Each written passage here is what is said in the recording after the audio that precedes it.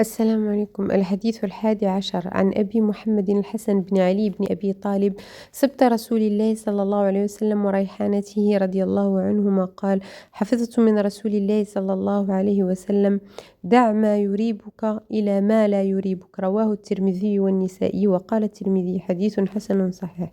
الحديث 12 عن أبي هريرة رضي الله عنه قال: قال رسول الله صلى الله عليه وسلم: من حسن إسلام المرء تركه ما لا يعنيه. حديث حسن، رواه الترمذي وغيره هكذا.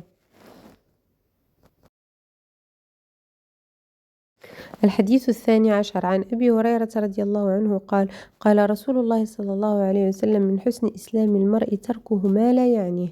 حديث حسن، رواه الترمذي وغيره.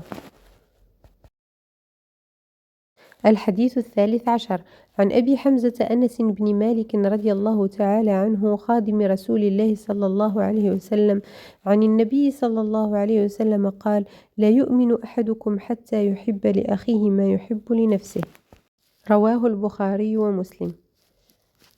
الحديث 14 عن ابن مسعود رضي الله عنه قال: قال رسول الله صلى الله عليه وسلم: لا يحل دم امرئ مسلم إلا بإحدى ثلاث: الثيب الزاني، والنفس بالنفس، والتارك لدينه المفارق للجماعة. رواه البخاري ومسلم. الحديث 15 عن أبي هريرة رضي الله عنه أن رسول الله صلى الله عليه وسلم قال: من كان يؤمن بالله واليوم الآخر فليقل خيرا أو ليصمت، ومن كان يؤمن بالله واليوم الآخر فليكرم جاره، ومن كان يؤمن بالله واليوم الآخر فليكرم ضيفه. رواه البخاري ومسلم.